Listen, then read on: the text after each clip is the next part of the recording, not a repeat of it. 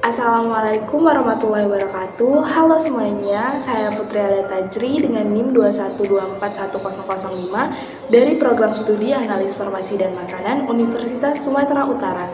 Di sini saya akan memaparkan salah satu materi dari pertemuan kelas psikologi demi memenuhi tugas mata kuliah psikologi. Topik yang saya ambil mengenai fetisisme. Mengapa saya mengambil topik ini? Mengingat salah satu kejadian yang viral di tahun 2020 oleh seorang mahasiswa di salah satu universitas di kota Surabaya yang melakukan penyimpangan seksual berupa fetis terhadap kain jari. Berikut cuplikannya. Pelaku menjalankan aksi dengan berkedok riset penelitian terhadap emosi seseorang saat dibungkus menggunakan kain jaring. Terhitung korban dari tindakan penyimpangan seksual yang dilakukan mencapai 25 orang. Awalnya, para korban enggan melaporkan aksi pelaku kepada pihak yang berwenang, hingga salah satu korban merasakan adanya kejanggalan dan membocorkannya di sosial media. Akhirnya, pelaku pun dijuluki predator kain jaring atau dikenal dengan fetis kain jaring. Menyukai seseorang, lawan jenis, ataupun daya tarik terhadap seseorang merupakan hal wajar dan pernah kita rasakan. Melihat suatu objek seksual yang dapat merangsang seksual kita juga merupakan hal yang lazim, seperti para lelaki menyukai wanita yang seksi, yang sudah pastinya kita tahu mereka menyukai apa. Tetapi ada juga orang yang menyukai atau merasa terangsang seksual karena suatu objek benda mati dan anggota tubuh yang bukan anggota seksual. Contohnya seperti kaki, telinga, kain jari, stocking. Hal ini dikenal sebagai fetis. Fetisisme timbulnya daya tarik secara seksual yang kuat pada benda mati atau bagian tubuh tertentu yang secara umum tidak dipandang sebagai objek seksual. Fetisisme adalah praktek pendapat kepuasan seksual melalui suatu objek yang spesifik.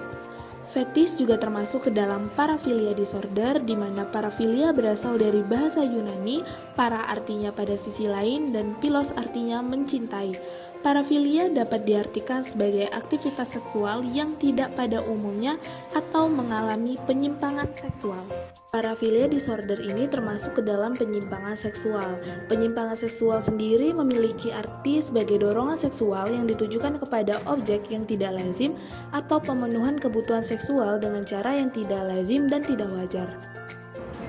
Penyimpangan seksual ini dibagi menjadi dua. Yang pertama, kelainan pada objek dan kelainan pada cara.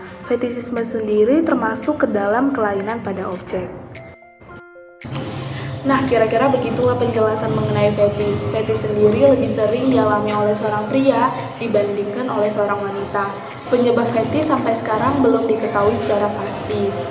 Namun, para ahli beranggapan bahwasan fetis bermula dari masa anak-anak, di mana objek dikaitkan untuk memenuhi kepuasan seksual.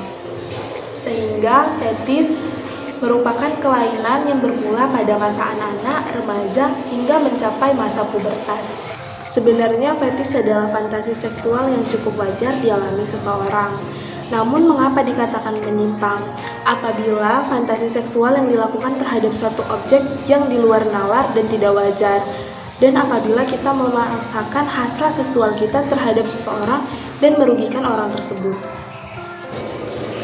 Salah satu cara yang paling tepat untuk mengobati kelainan fetisisme ini adalah berkonsultasilah kepada dokter spesialis ataupun psikiater. Demikianlah yang dapat saya sampaikan. Semoga apa yang saya sampaikan dapat bermanfaat bagi kita semua.